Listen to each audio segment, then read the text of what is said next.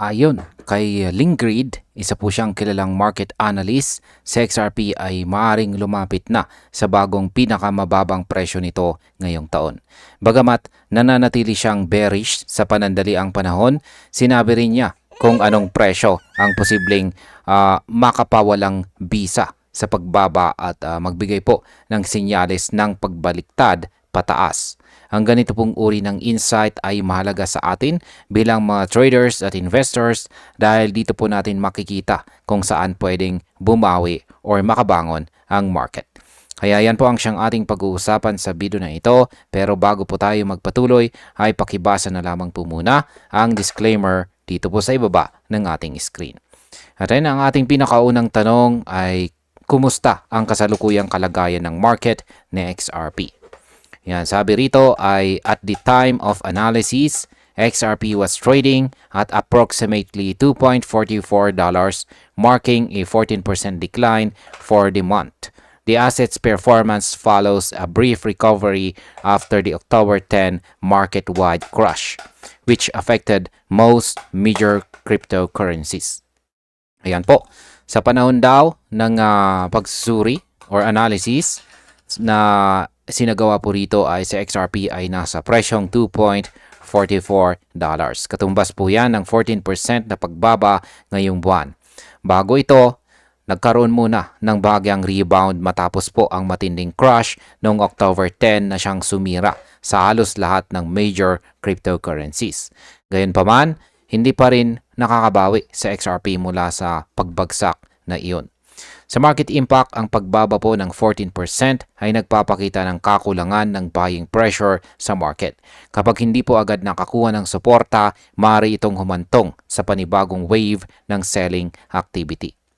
Ngayon ay bakit po ba hirap sa XRP na magpakita ng lakas sa market? Ang sabi po rito ay despite this rebound, XRP has struggled to establish a sustained uptrend, continuing to exhibit weakness relative to the broader digital asset market. Ayan, kahit nagkaroon daw ng kaunting pag-angat, sa XRP ay hindi pa rin nakakapagtatag ng tuloy-tuloy na pag-akyat. Patuloy po siyang nagpapakita ng kahinaan kumpara sa iba pang malalaking crypto assets. Ibig pong sabihin, hindi pa ganoon kalakas ang demand mula sa mga traders at saka investors. Sa market impact, ang patuloy po na kahinaan ng XRP ay maaring magpababa pa ng kumpiyansa ng short-term holders at maaari pong magtulak sa ilan na magbenta bago pa muling bumagsak ang presyo. Ngayon ay kailan naman po nagsimula ang pattern na ito ayon kay Lingrid? Yan, sabi po rito ay Lingrid first presented her detailed outlook on October 18 when XRP hovered around $2.33. The token had shown minor intraday recovery at the time, but her technical review confirmed that XRP remained confined within a descending channel on the 4-hour chart, a pattern that has persisted since late August. Ayan, noong nakalipas lamang na mga araw nitong October 18, unang inilabas ni Lingrid ang kanyang detalyadong analysis ng nasa $2.33 pa lamang itong si XRP. Ayan, kahit may kaunting recovery sa intraday trading, lumabas sa kanyang chart na nananatiling nakakulong sa XRP sa isang descending channel na nagsimula pa noong late August or huling bahagi po ng buwan ng August. Ang ganitong pattern ay nagpapakita po ng patuloy na pagbuo ng lower highs at saka lower lows. Ang market impact po dito ay kapag hindi po agad nakalabas sa XRP sa descending channel, posibleng magpatuloy pa ang downtrend hanggang bumaba sa susunod na support level. Ano naman po ang sinasabi ng chart ni Lingrid tungkol sa trendline ng XRP? Yan, sabi rito ay Lingrid's chart identified a blue descending trend line cutting through the channel, effectively dividing it into two halves. This trend line has acted as a consistent resistance level, restricting any sustained move toward the channel's upper boundary. Ayan po, sa chart ni Lingrid, makikita po ang isang asul or blue na descending trend line na siyang naghahati po sa channel sa dalawang bahagi. Ang trendline na ito ang nagsisilbing matibay na resistance na paulit-ulit na humaharang sa anumang pagtatangkang umakyat sa XRP sa itaas na bahagi ng channel.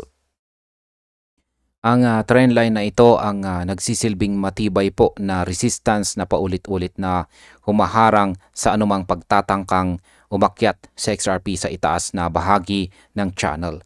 Ibig pong sabihin bawat pagsubok niyang lumabas ay agad na napuputol ng selling pressure. Sa market impact, habang nananatili pong intact ang trendline na ito, mananatiling bearish ang sentiment ng market at mabagal ang pagpasok ng bagong kapital. Ngayon ay ano naman po ang nangyari noong subukang umakyat ni XRP sa itaas ng resistance. Yan, sabi po rito ay in early October, XRP briefly broke above this internal resistance, climbing to $3.10 before meeting significant selling pressure. The resulting rejection pushed the price back within the channel's confines. Paliwanag po natin yan. Noong unang bahagi daw ng buwan ng October, ayan, ay nakalusot si XRP sa resistance at umakyat hanggang sa presyong $3.10. Pero hindi po ito nagtagal dahil agad po siyang nakaranas ng matinding selling pressure. Dahil dito, bumalik po siya sa loob ng descending channel. Ang ganitong scenario ay madalas mangyari kapag masyado pong maaga ang rally at kulang ang buying volume na sumusuporta rito.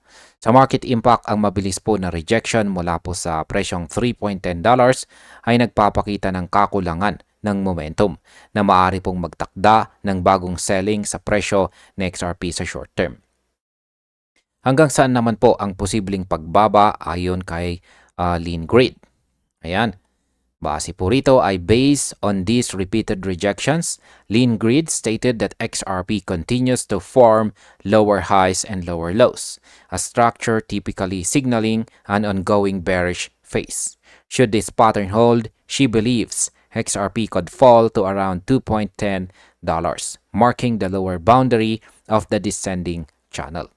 Ayon daw po kay Lean Grid, dahil paulit-ulit na nabibigo sa XRP na umakyat, malinaw na patuloy itong gumagawa ng lower highs at saka lower lows. Kung magpapatuloy po ang ganitong pattern, maaaring bumaba sa XRP hanggang $2.10 na siyang ibabang bahagi po ng channel. Ito ang pinakadelikadong zone dahil dito madalas nangyayari ang mga panic sell-off. Sa market impact, kapag naabot po ang $2.10 at hindi po ito nag-hold, posibleng bumaba pa sa XRP sa ilalim ng psychological support level na pwede pong magbuwas ng mas malalim na correction. Ngayon ay paano naman po malalaman kung magbabaliktad na ang trend? Sabi rito ay despite the prevailing downtrend, Lean Grid outlined conditions that could invalidate her bearish projection. She indicated that a decisive break above $2.45 could trigger a trend reversal, with the potential for XRP to rise as high as $2.83 in the short term. Paliwanag po natin yan. Sinabi daw po ni Lean Grid na posibleng magbago ang takbo kung mapapanatili ni XRP ang kanyang presyo sa itaas po ng $2.45. Kapag nangyari ito, maaari itong magbigay ng sinyales ng trend reversal at magtulak po sa presyo hanggang $2.83 sa short term. Ang level na ito ang itinuturing po na trigger point ng mga bulls para magbalik ang kumpiyansa. Sa market impact, kapag nabasag po ang $2.45 na resistance, inaasahang papasok ang mga swing traders at short-term buyers na pwede pong magpasimula ng bagong mini rally. Ano pa ang mga posibleng magpabago ng trend ng XRP? Sabi rito, the analyst also noted that external market factors could support a reversal.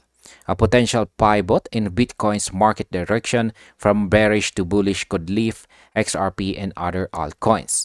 Additionally, macroeconomic shift could enhance liquidity conditions across the crypto market. Ayon po kay Lean Grid, maaaring makatulong din ang mga external factors tulad po ng galaw ni Bitcoin. Kapag nagbago po ang direksyon ni Bitcoin mula bearish patungong bullish, posibleng mahila rin pataas sa XRP kasama ng ibang mga altcoins. Dagdag pa rito, ang pagbabago po sa macroeconomic conditions ay maaring magpabuti sa liquidity sa buong market. Ang market impact po nito ay ang pagbaliktad ng trend ni Bitcoin ay karaniwang nagdudulot ng broad altcoin rally. Kaya malaking potensyal po na mag-surge sa XRP kung sabay itong mangyari. Ngayon ay paano naman po makakatulong ang Federal Reserve sa posibleng reversal? Sabi po rito ay Lingrid pointed to JP Morgan's recent assessment that the US Federal Reserve may soon conclude its quantitative tightening program, a move that could ease liquidity constraints and improve overall investor sentiment. Yan, binanggit din po ni Lingrid ang report ng JP Morgan na maaring tapusin na ng Federal Reserve ang quantitative tightening program nito. Kapag nangyari po ito, mas gagaan ang liquidity conditions sa market at tataas ang kumpiyansa ng investors. Sa madaling salita, mas madali nang pumasok ang pera sa mga risk assets tulad ng crypto. Sa market impact, ang pagtatapos po ng tightening program ay posibleng magdulot ng renewed bullish sentiment sa buong market. At si XRP ang isa po sa mga unang makikinabang dito. May mga ibang analyst bang may ibang pananaw? Sabi rito, while Lingrid's analysis emphasizes caution, other market observers remain more optimistic. Analyst Egra Crypto recently argued that XRP's monthly chart still shows structural strength with no confirmed breakdowns. Yan habang nagbabala. Yan habang nagbibigay po ng warning itong si Lingrid ng ingat, may iba namang analyst tulad po ni Egra Crypto na nananatiling optimistic. Ayon po sa kanya, sa monthly chart ni XRP ay nananatili pa rin ang structural strength at wala pang malinaw na breakdown. Para sa kanya, posibleng temporary retracement lamang ang kasalukuyang pagbaba. Sa market impact, ang pagkakaroon po ng magkakaibang pananaw ay nagpapakita ng mixed sentiment. Kaya maaari pong magtagal ang sideways movement bago makakita ng malinaw na direksyon. Ano naman po ang sinasabi ng TD Sequential Indicator? Sabi rito, similarly, analyst Ali Martinez highlighted a buy signal from the TD Sequential Indicator on the 4-hour chart, suggesting a possible short-term rebound. Ayan po, ibinahagi rin ni Ginoong Ali Martinez na naglabas ng buy signal ang TD Sequential Indicator sa 4-hour chart ng XRP. Ibig sabihin may tsansa ng short-term rebound. Ito po ay isa sa mga paboritong indicators ng mga traders kapag naghahanap ng reversal zones. Sa market impact, ang buy signal mula sa TD Sequential ay kadalasang nagpapakita po ng early accumulation phase. Kaya maaaring ito na ang simula ng panibagong mini rally. At bilang panghuli, ang opinion ko naman tungkol dito ay kung susuriin po natin lahat, malinaw na hati ang pananaw ng mga analyst kay XRP. Si Lingrid ay nananatiling maingat at bearish sa short term. Pero may mga meron pong mga kondisyon siyang binanggit na pwede pong magpabago ng trend. Samantala, sina Egra Crypto at Ali Martinez naman ay mas positibo. Naniniwala po silang nananatiling matibay ang chart structure. Para po sa atin, bilang mga traders at investors, magandang pagkakataon po ito para magplano. Ang mahalaga ay alam po natin kung saan tayo papasok at saan po tayo lalabas. Kung ma-break or mabasag po ni XRP ang $2.45 na price level, possible or posible na itong simula ng panibagong rally. Pero kung bumaba po sa $2.10, dapat ay maging alerto po tayo dahil pwede pong magpatuloy ang bearish phase. At sa dulo, si XRP po ay parang mandirigmang nasa gitna ng laban. Pagod, ngunit handang bumawi. At ayan, hanggang dito na lamang po tayo sa video na ito mga ka-crypto. Maraming salamat sa panonood.